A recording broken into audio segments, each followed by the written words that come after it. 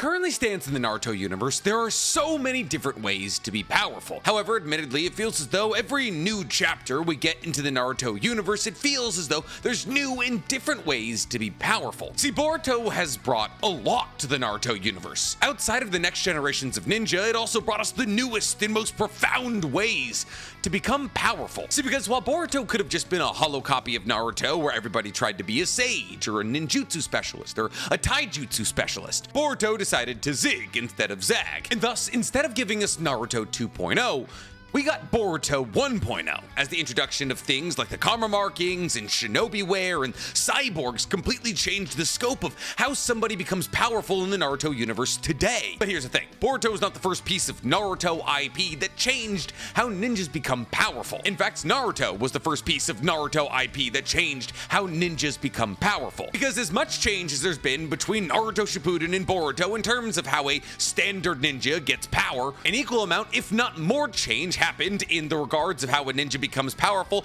over the course of Naruto. See, because while Naruto used to be about who's the best at substitution jutsu or making 3 or 4 shadow clones, it eventually became about who's got the biggest Susanoo that can cut mountains in half and who's able to make a 3-headed, 6-armed, giant, 27-tailed beast. However, as these new and bigger and flashier techniques were created to show how a ninja can truly achieve the highest levels of power, some of the more mundane, though fundamental ways that we were initially taught a ninja could obtain power were slowly but surely forgotten about. Now, I'm not saying that these techniques are completely abandoned over the course of both Naruto and Boruto. However, in the grand scheme of things, as the Naruto manga went on, things like taijutsu and genjutsu fell by the wayside, while ninjutsu became pretty much the only thing used. And in Boruto, it's similar, but not exactly the same. Because Boruto, with the introductions of things like karma markings and Rinnegan palms, taijutsu has actually stepped forward as the most important thing, while things like ninjutsu and genjutsu have fallen by the wayside. But there is one thing that's similar between both Naruto and Boruto here: the somewhat utter ignorance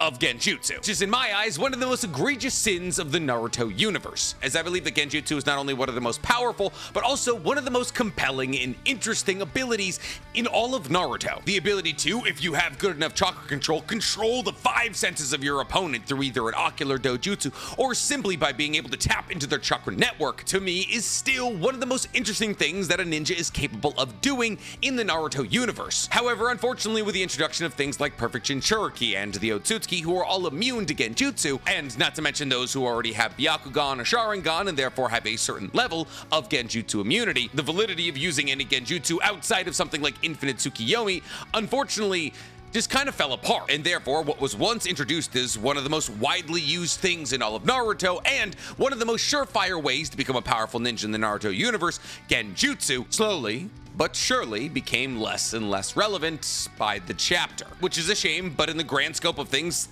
kind of makes sense. Because as it currently stands in the Boruto universe, Genjutsu is pretty much the worst thing you could specialize in, because Genjutsu, just like ninjutsu, can be absorbed by karma markings and Rinnegan palms. And since all of the current main bad guys in Boruto either have karma markings, Rinnegans, or just straight up Otsutsuki, there's nothing Genjutsu can do against any of them. But just because Boruto and Naruto have kind of abandoned Genjutsu does not mean that there aren't incredibly powerful Genjutsu out there. In fact, Boruto has already introduced us to probably the strongest Genjutsu ever made. Yes, that's right, the #1 entry on this list is gonna surprise you, because today we're talking the top 10 strongest Genjutsu ranked and explained. But before we get to ranking or explaining anything, guys, please, for me, like this video, subscribe to the page, and hit that noti bell. And if you like the idea of me ranking and explaining things from your favorite anime, you're gonna love my other channel, The Weeb Commander, where instead of ranking and explaining things from Naruto and Boruto, I rank and explain things from all other anime. Or if you just like the idea of me just talking about anime, you're gonna love my anime podcast, Talkers Anonymous, where me and Danny Mata break down everything that happened in anime this week. It's available on YouTube, Spotify, and Apple Podcasts. Or if you just want to look like somebody who has intense opinions about how things should be ranked and explained in anime, go ahead and meander on over into my merch store, talkersanonymous.net,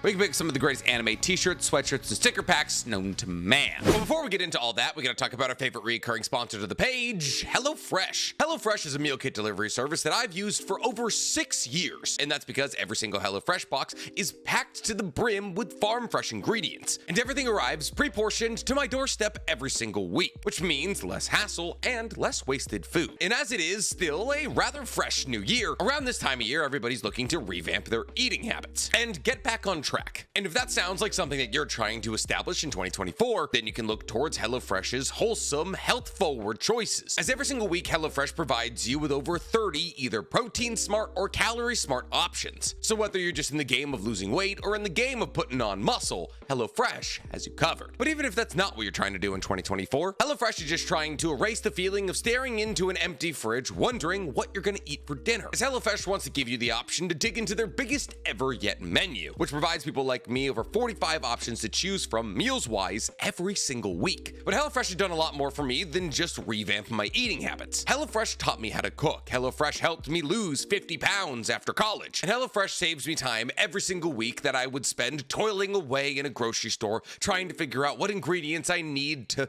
make a stew. But there's a big difference between telling you and showing you how important HelloFresh is to me, so let's get down to the kitchen and do a little chefing. So tonight we're cooking gingery coconut soup. And honestly, before I started HelloFresh, I never thought making meals like this by myself was a possibility. So making soups like these are some of my favorite meals to make with HelloFresh. They're always light, yet super filling. And the beauty of HelloFresh is you're always cooking 2 portions. So you can either cook for you and somebody you love, or yourself for 2 days. I am a good cook. So what are you guys waiting for? Go to HelloFresh.com and use code NCHammer23 for free breakfast for life. Yes, that's right. If you use the code NCHammer23 you will get 1 free breakfast item every single week so long as your subscription stays active. That means so long as you stick with HelloFresh, they're gonna stick with you by providing you free breakfast. So now not only is dinner covered, but breakfast is too. So what are you guys waiting for? Take the hassle out of cooking and join up with HelloFresh. So, Genjutsu, the classification of jutsu that I believe to be the most disrespected all throughout the entirety of the Naruto universe. When it comes down to Genjutsu, it really feels as though we only get 2 kinds, and that is any Genjutsu used by the Uchiha, and then the occasional Genjutsu used once or twice by powerful random characters. See, because when it really comes down to it, the only people that we see consistently use Genjutsu in canon material are the Uchiha. And while other characters are introduced to be Genjutsu users throughout the entirety of Naruto's run, it feels as though they only use Genjutsu in situations that call for Genjutsu specifically. See, because here's the thing. While most characters can use some form of Genjutsu, these characters are still usually mostly reliant on ninjutsu or taijutsu. Now, there are some characters outside of the Uchiha who are introduced as strictly Genjutsu users, like Kurenai, as she's introduced in the early days of Naruto as Konoha's strongest Genjutsu user. However, the first real time we ever see Kurenai enter into combat is against Itachi. And considering the fact that Itachi at that moment was probably the greatest user of Genjutsu on Earth, she unfortunately has the Genjutsu that she tries to cast on Itachi swapped back onto her. And pretty much after that moment, Kurenai decided to leave the story entirely. And boy, oh boy, if I was the self-proclaimed best at something in the biggest village in the entirety of Naruto, and I tried to use that something against somebody else and they used it back on me, I would also exit stage left. Now, the real reason that the Uchiha are the only people who use Genjutsu regularly is because the Genjutsu are tied to their Sharingan, obviously. And thus, if you awaken a Sharingan, you're already one of the better Genjutsu users out there. And the reason that the Uchiha seem to have the Genjutsu market cornered is because we learned in one of Sasuke's light novels that there used to be a clan in the Land of Lightning called the Shinyo clan, Shinoiki, I never remember how to say it, who had enhanced Genjutsu abilities, and also the ability to control liquids with high amounts of iron, also known as blood. However, when a member of the Shinyo clan married the Land of Lightning daimyo, and then the Land of Lightning daimyo shortly after that died, they were blamed as a clan for the death of the Land of Lightning daimyo. So the Uchiha were hired to drive them away from the Land of Lightning, specifically into a really fun spot known as the Valley of Hell. Now, unfortunately, I think I'm gonna go with Shinoiki, it just feels better. The Shinoiki clan one day got sick of each other, and they all killed each other, leaving only 2 of them, Shino and En. And thus, the only other clan ever outside of the Uchiha who specialized in Genjutsu also got killed off. So that is to say that there's a ton of reasons that Genjutsu isn't as popular as Taijutsu or Ninjutsu. But that doesn't mean the top 10 techniques we're going to be talking about right now can't bang with the top 10 Taijutsu and Ninjutsu techniques in terms of strength. The key difference is you may not remember all these techniques, especially the technique coming in at number 10, one of the first Genjutsu we ever saw. Actually, literally might be the first Genjutsu we ever saw. Because coming in at number 10, we have the Hell Viewing technique. Now, a lot of you probably don't remember the Hell Viewing technique, and that's probably for the better. Not because the hell viewing technique isn't incredible, it genuinely is, but because the hell viewing technique, at least in the manga, gave us one of the most brutal panels in the entire history of the manga. I mean, this was back in the early days of Naruto, before it reached international audiences. And while Naruto was a smash hit straight from the beginning, there was very little concern from the likes of Kishimoto in the early days of Naruto when it came to gore. And thus, if you gave him the opportunity, somebody was gonna get real filled up with knives. Now, this is a D-rank Genjutsu, which means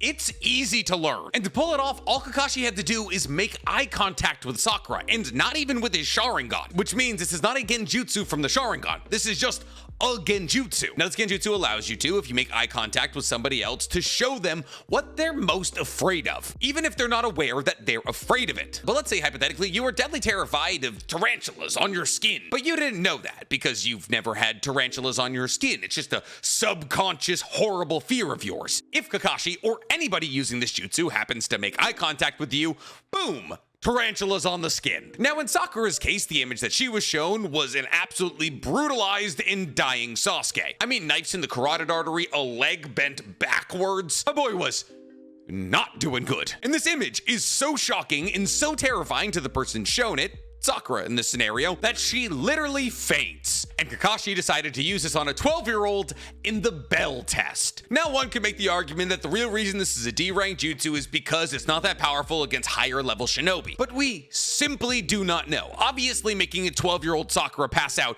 isn't a crazy feat. But the fact that this Genjutsu has the ability to show you your subconscious, deepest, darkest fear, and is only a D-rank Genjutsu, kind of shows you just how scary Genjutsu can be. And thus, even though it's not a world-ending Genjutsu, I believe it deserves a spot on this list. Mostly because I just wanted to talk about how Kakashi used it on a 12-year-old. A 12-year-old he proceeded to just not teach, mind you. But enough about that one-time use D-rank Genjutsu. Coming up at number 9, we have the steaming multi-storied building. Yeah, stupid name, I'm aware. Most jutsus names in English are dumb, but the jutsus themselves are usually pretty cool, and more often than not have very little to do with the titles that they receive. And boy oh boy is that the case for our number 9 spot. Because steaming multi-storied building, it doesn't make a multi-storied building, it makes clams. And a lot of them. More specifically, this jutsu is used by Gengetsu Hozuki, the second Mizukage, and it's a technique that he uses in tandem with his giant summoning clam. Essentially, Gengetsu Hozuki is able to summon his giant summoning clam, and said giant summoning clam produces steam. Gengetsu then casts a Genjutsu using said steam, creating incredibly realistic mirages of himself and the clam amongst all the steam being created by the real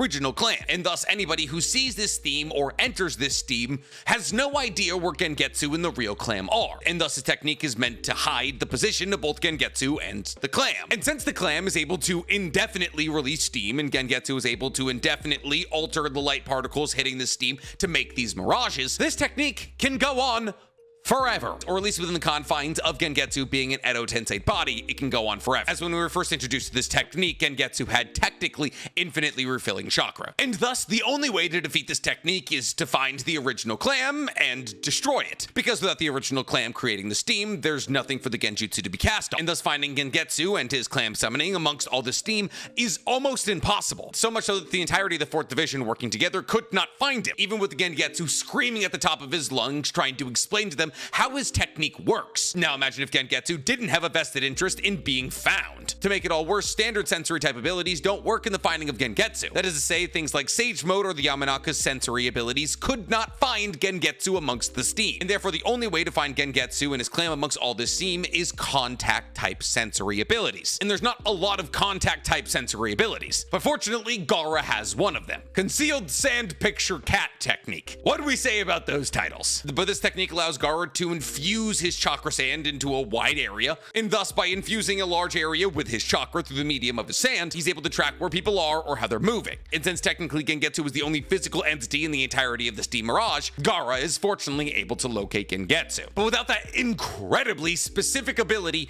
Gengetsu's basically invisible inside his steam, and thus this technique definitely deserves its props. But it doesn't have much in the way of offensive bite, so it's gonna be pretty low. But enough about all those visual Genjutsu, let's get into the real interesting Genjutsu: Sound Genjutsu. See, sound Genjutsu amongst all Genjutsus are very rare. Because it's much easier to not see something as opposed to not hear it, sound Genjutsu are some of the strongest Genjutsu out there. That's why, coming in at number 8, we have Phantom Sound Chains. Now, this is another Genjutsu that was introduced relatively early into Naruto's plot, and it was introduced to us by Tayuya, one of the Sound Village 5. Now, since this Genjutsu is channeled through a demonic flute, its range is relatively insane, and thus Tayuya is able to cast her Genjutsu in all directions in a range that makes her almost impossible to get to. See, while other Genjutsus are usually predicated on making eye contact or simply seeing somebody so you can launch your chakra into the chakra network to take control, sound-based Genjutsu have the ability to affect 360 degrees.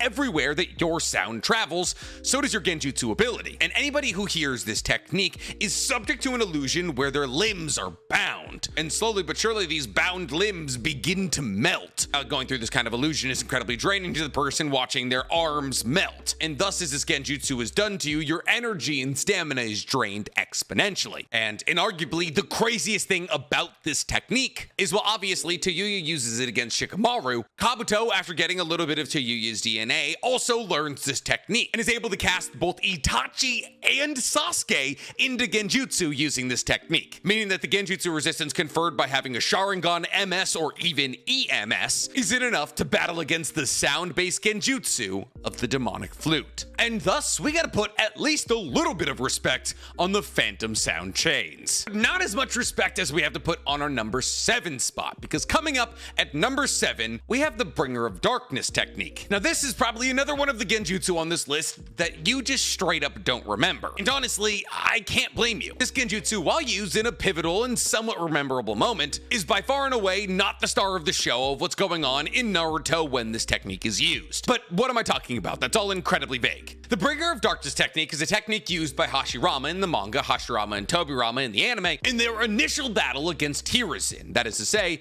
in the Konoha Crush arc. This technique allows the caster to place the person they're casting their Genjutsu on into a world of darkness. It's kind of like, and this is a somewhat niche reference, Kaname Tosen's Bankai. When one is cast into this Genjutsu, it's like they're thrown in a room with no light whatsoever. And because they can't see, they become incredibly vulnerable to attack. However, fortunately for Hiruzen, as one of the most practiced, well-rounded, and powerful shinobi of all time, he was able to forsake his sight and use his other senses in this battle to track his attackers. More specifically, he was able to use his sensing ability and his scent to track where Tobirama, Hashirama, and Orochimaru were. Thus, through the power of his other senses, he was able to use his Reaper Death Seal to grab onto the souls of Orochimaru, Hashirama, and Tobirama. And since when the Reaper grabs your soul, it nullifies all jutsus you're currently using, because Hashirama or Tobirama's soul, depending on if you're reading the manga or watching the anime, had been snagged, the Genjutsu they were casting on Hiruzen dissipated. And therefore, because the usage of this technique was immediately followed up by one of the most iconic scenes in all of Naruto, the usage of the Reaper Death Seal, this technique usually gets forgotten about. And while one could say that most ninjas at a high level have some sort of sensory ability that allows them to see without actually seeing, this technique isn't really all that powerful. But I would rally against that, because while yes, most ninjas at a high level do have some level of sensory ability, when it really comes down to it, Hiruzen stands above them, at least on a law of averages level. And therefore, Hiruzen being able to figure out how to sense things around him without his eyes isn't a good reason to write off this Genjutsu's power. There's also the fact that the Reaper Death Seal works in a very convenient way to nullify this Genjutsu. It's one, it's invisible until the Reaper grabs your soul, and two, once the Reaper grabs your soul, all of your jutsus dissipate. Not to mention the Reaper Death Seal costs your life. So without Hiruzen already being willing to die and already calling the Reaper, there's a fair amount of possibility that this Bringer of Darkness technique would have spelled his end. And this is one of those Genjutsu they just can't help but get angry about, because why would Hashirama and Tobirama never use this technique again? Well, just never know. But speaking of Genjutsus we only ever see used once, coming up at number 6, we have Demonic Illusion Toad Confrontation Chant. We're back to sound-based Genjutsus. But this one's a bit harder to pull off. The Toad Confrontation Chant is the most powerful Genjutsu available to the Toads of Mount Moonbuko, and therefore only the most powerful Toads in all of Mount Moonbuko can use this Genjutsu. And the only two Toads capable of singing it currently are the two great Toad Sages, those being Ma and Pa, or Fukakusu and Shima. However, just because they know how the song goes does not mean they can sing this whenever they want to. In fact, it takes Ma and Pa a long time to find the harmony to warm up to sing this chant. And thus, as they try to find the harmony to try and sing this song, it alerts the people around them to what they're trying to do, which is where Jiraiya comes into the equation, as Jiraiya either has to flee or fight off the people that are now coming to the location because they're able to hear Ma and Pa trying to find the harmony. However, once Ma and Pa do find the harmony, it's over. For everybody. Anybody who hears the Toad Confrontation chant, regardless of skill or number, falls under Genjutsu. You could have 1,000 Madaras within earshot, and every single one of them would be cast into this Genjutsu. And once you fall into this Genjutsu, you're trapped inside of a barrier, surrounded by 4 Toad Samurai. And the only way you're ever allowed out of this Genjutsu is either if these Toad Samurai stab you through the heart, or if the casters allow you to leave. And after the usage of this technique, only one time, Ma and Pa's voices are left strained. And thus this technique cannot be used more than one time a day, if not one time a month. We're not entirely sure how fast Ma and Pa recover, but considering the fact that this Genjutsu was powerful enough to stop one of the paths of pain in its tracks, it's safe to assume that this is one of the strongest Genjutsu we've ever seen in Naruto. But what about strong Genjutsu we didn't see in Naruto or Boruto? What do I mean? Well, coming up in the number 5 spot, we have Obito's Genjutsu. Nick, what do you mean by Obito's Genjutsu? Do you mean every single time Obito ever used Genjutsu? No, I mean like specifically the time he used Genjutsu against Yagura without us seeing it. Now, we don't know when this happened or the name of the Genjutsu, but we do know that Obito, in a plot to control the Mist Village and also kind of destroy the Mist Village for what they did to Rin, decided to cast a Genjutsu similar to that of Koto Matsukame onto Yagura, the 4th Mizukage. This Genjutsu, which I say is similar to Koto Matsukame because Tsunade hypothesized that these two jutsu were related, and thus somehow that the MS of Obito and Shisui must be related, which led a lot of people to hypothesize that Obito and Shisui were long-lost brothers or cousins or something. But none of that's important. What is important is that this Genjutsu was able to somewhat permanently trump up Yagura's bloodlust, which inherently led to the peak of the Blood Mist Village. See, because technically it was the practices instilled by the 3rd Mizukage, whose name we don't know, that set the foundation for the Blood Mist Village, so all of the blame can't be placed on Yagura. However, Yagura, who was already an incredibly talented and relatively violent child, having his bloodlust trumped up and then becoming the leader of the village led to the height of the Blood Mist Village. And thus, because Obito was able to inflict a somewhat permanent personality change in Yagura, which the greatest medical Konaichi of all time hypothesized was related to Koto Matsukame, it's not hard to realize that this is one of the most powerful Genjutsus ever used, even if we don't know its name and we never actually saw it used. This goes double when you consider the fact that the only reason Yagura was ever broken out of this technique is because Ao got a Byakugan off a dead Hyuga, and that when Yagura was broken out of this Genjutsu, the shock of being broken out of this Genjutsu was so much, it almost killed him. I mean, like, well, actually, it did eventually kill it, which led to his Sobu's release. And thus, even though we don't know all that much about it, it cannot go without mentioning. But we can't put it above the Genjutsu that it was said to be related to, because coming up at number 4, we have Koto Matsukame. What, Nick? You have Koto Matsukame at number 4 out of 10? How could it be that low? It's overrated, quite honestly. Like, incredibly overrated. Like, is it, as a single-use Genjutsu, one of the more powerful Genjutsus in existence? Yes.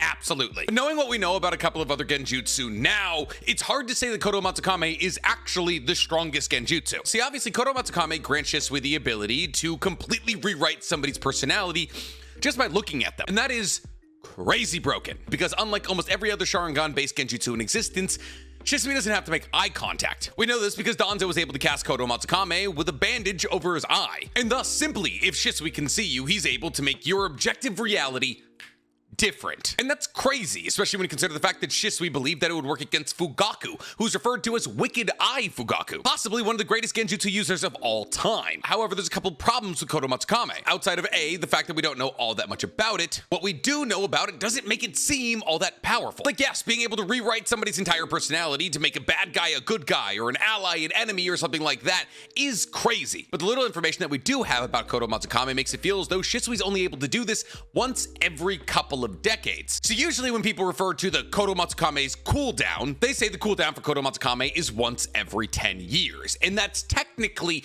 not wrong, but it's also not right. See, because in the manga, while talking about the cooldown of Kodo Matsukame, Itachi tells Naruto that Shisui was able to use the Kodo Matsukame once every couple of decades. Therefore, the actual cooldown of Shisui's Kodo Matsukame is kind of up in the air. Some people will claim to understand just how long Shisui's Kodo Matsukame cooldown was, but they don't have the actual answer. See, because the spectrum is wildly far apart here. There are those who believe that Shisui could use the Kodo Matsukame once every 10 years, and those who believe he could use it once every couple of days. There's even those who believe he could spam it if he wanted to. However, unfortunately, when it comes down to it, there's not really evidence for any side. See, because we only ever get to see Shisui use his MS ability once. And that's in a battle against Mukai Kohinata, when he uses an MS level Genjutsu on Mukai to get him to release Itachi. However, this is never confirmed to be Kodo Matsukame, but it is confirmed to be strong enough to be able to override the Genjutsu resistance of Mukai Kohinata's 1B Byakugan. And thus, since in this light novel it stated that Shisui activates his MS to use this Genjutsu, some people believe that it's Kodo Matsukame, but since it was never explicitly said to be Kodo Matsukame, I don't necessarily buy it. However, even if it was Kodo Matsukame, the cooldown would only apply to one eye at a time. And thus, even if Kodo Matsukame did have a cooldown of 10 years, since Shisui had it in both eyes, it would technically only really be like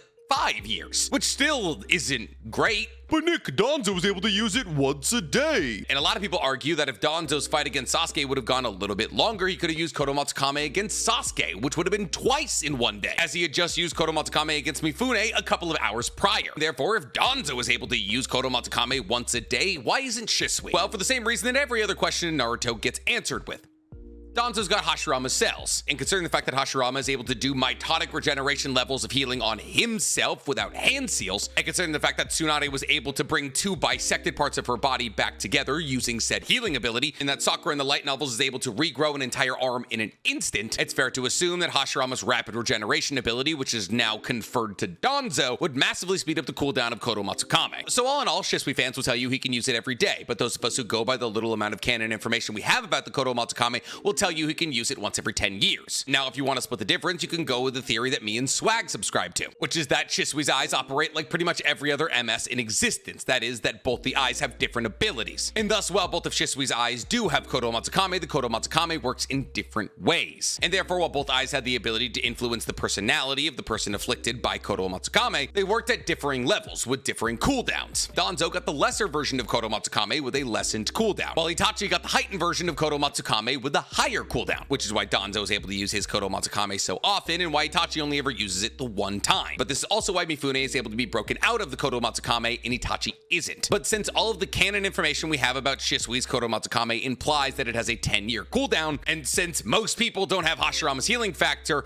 I don't put it that high on any list when talking about strength of Genjutsu, especially when you consider what we somewhat recently learned about Tsukiyomi, which is unsurprisingly coming in at number 3. Yes, I'm saying Tsukiyomi is stronger than Kodo Matsukame, because it is. Kaguya didn't go for infinite Kodo Matsukame, now did she? Though, that did kind of happen in Boruto. We'll get to it. The reason that I believe that Tsukiyomi is stronger than Kodo Matsukame is for a couple of reasons. The first and most glaring reason is reproducibility. Now, technically, if you want to look at strength as a metric of how strong it is if you use it one time, then maybe, just maybe, Kodo Matsukame would be stronger than Tsukiyomi. But even then, not really. See, Tsukiyomi is different than Kodo Matsukame. It works like a regular Genjutsu. It's not about rewriting somebody's personality, it's about showing them an illusion that's not actually happening. And therefore, it works like every other Genjutsu on this list, just at a way higher level. See, when people think of Tsukiyomi, they somewhat justifiably think of the time that Tsukiyomi was used on Kakashi or Sasuke.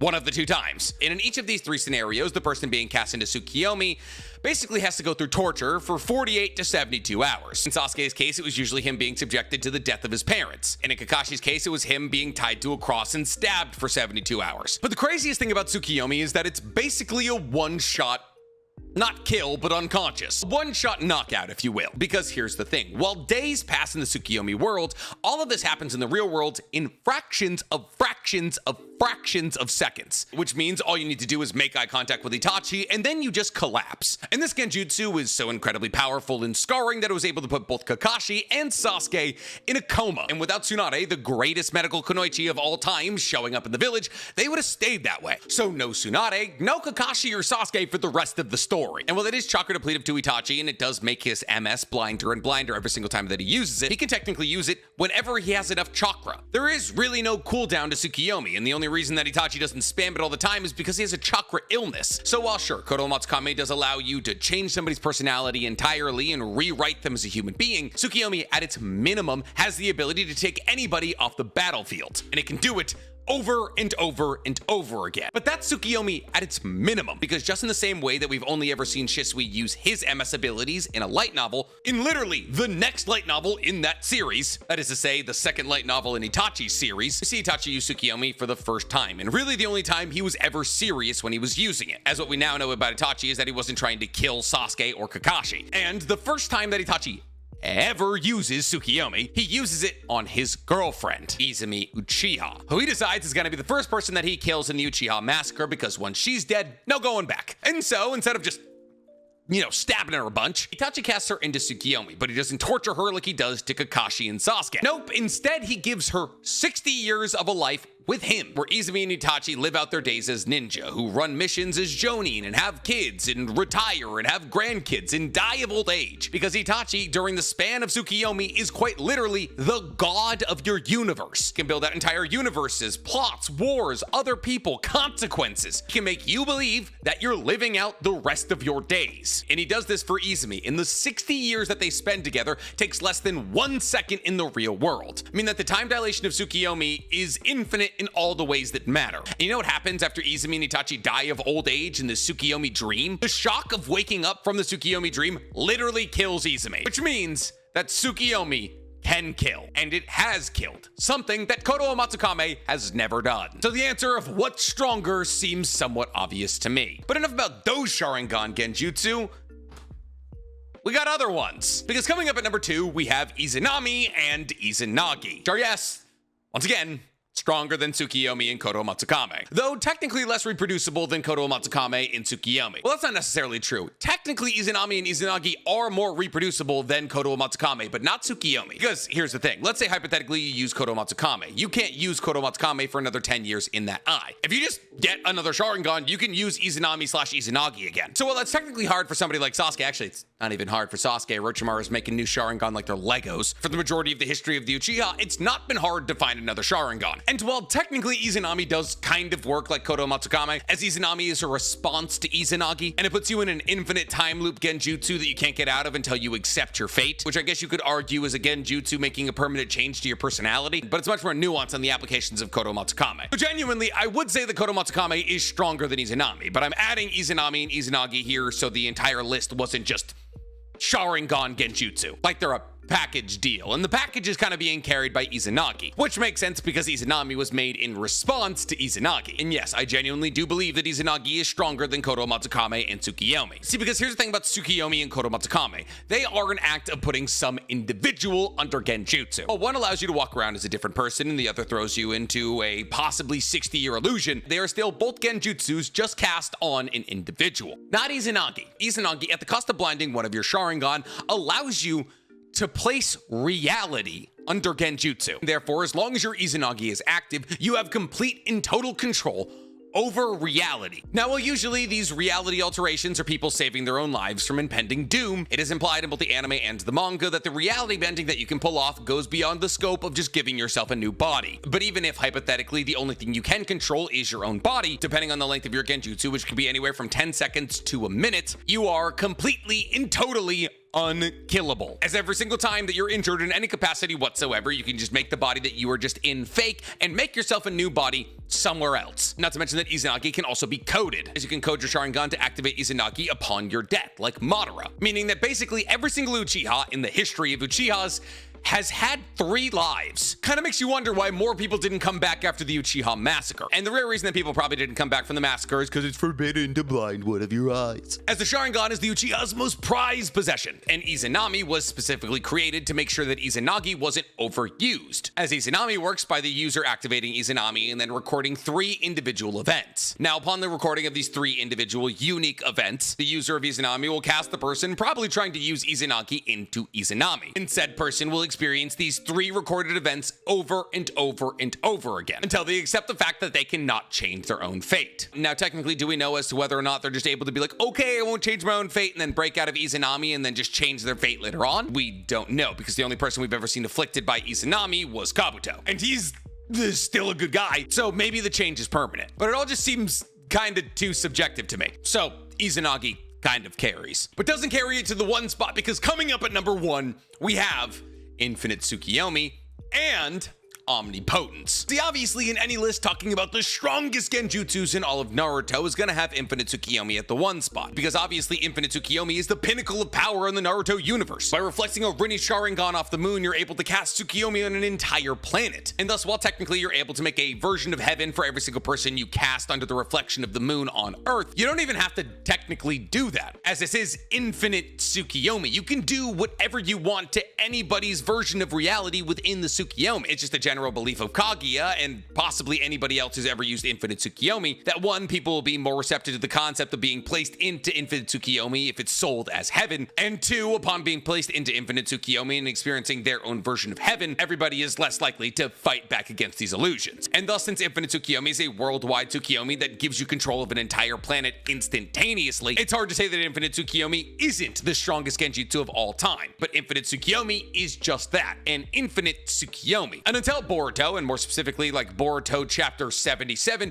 we didn't have a counterpart to Infinite Tsukiyomi, but we now do. I now introduce Omnipotence, also known in my vernacular as Infinite Kodo Matsukame. See, Omnipotence is a Shinjutsu specific to that of Shibai Otsutsuki. However, since Shibai Otsutsuki's body was found by Amado and his Shinjutsu was distributed to the cyborgs that he created, Ada, one of Amado's cyborgs, ended up with Omnipotence. And Omnipotence is kind of exactly what it sounds like. It grants Ada the ability to do anything. See, Omnipotence specifically is a Shinjutsu that gives a god the ability to bring about somebody's desire and make it reality. Objectively, it's reality control. The Omnipotence is described as the programming language that gods in the universe use to create worlds and expand universes, and thus anything that's ever been real in the Naruto universe came about through the powers of Omnipotence. Now, fortunately, Ada has no conscious control of this ability. However, that doesn't mean that it doesn't manifest subconsciously, as Ada's charm Shinjutsu is a product of the fact that she wants people to like her, and therefore, because she wants people to like her, anybody who ever sees her falls rapidly in love with her. The second time that she ever uses technique is when the person that she loved more than anybody else, Kawaki, expressed a desire to her that he wished he was Naruto's son and that Boruto was the outsider. And Ada, seeing Kawaki incredibly distressed, decided, yeah, I could make that a reality. And thus she used her Omnipotence power to brainwash the entire world to believing that Boruto killed Naruto and that Kawaki was Naruto's son. And now the entire world outside of Otsutsuki, Sarada, Sumire, and maybe Sasuke believe that to be true. And thus you can see how I would get the name Infinite Kodo Matsukame, as the Omnipotence ability of Ada has shown that she has the ability to rewrite the history or memories of every single individual on Earth. Like Infinite Tsukiyomi, but Kodo Matsukame. And thus, if hypothetically Ada wanted to destroy the entire world using Omnipotence, she probably could, as she could just tell every single individual on Earth that they're supposed to be the only person on this planet and to kill everybody they ever see, or something like that. And therefore, since Omnipotence and Infinite Tsukiyomi have the ability to wipe out Earth in one fell swoop, it's hard to not say that they shouldn't share the 1 spot. But what do you guys think? If you were making a list of the strongest genjutsu in all of Naruto, what would your list look like? Tell me in the comments below. And while you're down there, please, for me, like this video, subscribe to the page, and hit that noti bell. Sonic, you didn't mention the Kurama Clan. You always mention the Kurama Clan. You're right, I do always mention the Kurama Clan, and they do have the strongest genjutsu of all time, well, at least the one person who's born every couple of generations with the ability to make genjutsu reality has the strongest genjutsu of all time, because the only person who's ever been stated to be able to make genjutsu reality outside of the Kurama Clan was Kaguya, and if you can just draw a lightning bolt that strikes the Hokage's building, and then boom, the Hokage's building is on fire because the lightning bolt struck it, that's a pretty strong genjutsu. But we only had 10 numbers on this list, and I didn't want to include non-canon things, all right? I'm sorry, but Kurama Clan, number 1. Are you happy? It's actually, it's not even, well, I mean, if she hypothetically was like, okay, no more Earth. I mean, we don't know if she has that level of scale. We know that she's able to make things reality, but I don't know if she could be like, okay, Earth, big X through it. We don't know. I don't know enough, all right? It's a non-canon arc.